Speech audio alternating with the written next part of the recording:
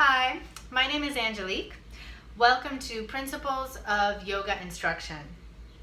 In this video, I'm going to continue talking about the student. This is our third video discussing the yoga student. This time we're going to talk about how your student learns, right? Each of us learns differently. We connect to our bodies in different ways. Sort of our mind-body connection moves through different pathways. So it's important as a teacher to start to figure out how your student learns, right? One way is visually.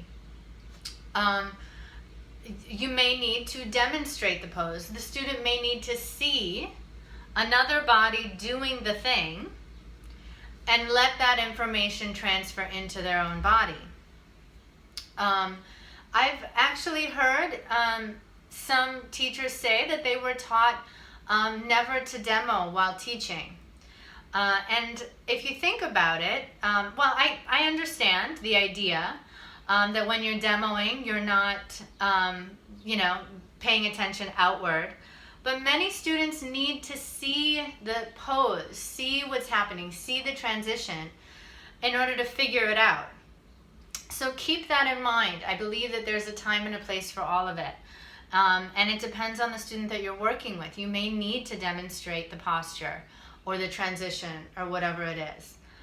Another way that students commonly learn is by hearing the instructions. And in lead yoga classes, this is the most common way that we try to transfer the information. Right? Explaining it, using words and vocabulary to describe the pose, calling the name of the pose, right? Even if we are in a group class, speaking directly to specific students, point your toe, right? Giving verbal instructions. Now, some people's mind-body connection can't take the, verbal heard word and transfer it into kinetic information. You may need to give them visual instruction. Others take the words, click, click, click, it makes sense, they put it where it belongs, and they're able to create whatever it is that you're asking of them. A third way that students learn is kinetically. Now this is how I learn. Kinetically is, you can think of this as experientially, by trying it in your body. Or this is another reason that you might want to give a physical adjustment. If a student needs to have the physical experience of the posture in order to start integrating the information, in order to understand it, you may need to help place them into that position. Or give them enough that they can start to try it. And then through corrections, they can navigate their way towards an understanding of what the pose is asking of their bodies. And then of course, most of us are a combination of the three, right? Some things make more sense kinetically. Some other things, we need to see it first. So your job as the teacher is to develop your own toolbox of how you instruct. Remember that it's your job to learn how the student learns, not their job to learn how you teach, right? I'm going to say that again because I think it's important. It's your job as the teacher to figure out how your student is going to learn from you. Not their job to learn in the way that you teach. This means that you're going to have to continuously try new things, right? If you're faced with a student and you're trying to share information with them and it's just not landing, you can't figure out how to communicate what you're thinking to them in a way that they can put it in their body. You have to keep trying things. If that's through verbal instruction, you have to try different words. Instead of straighten your leg, say lengthen your leg.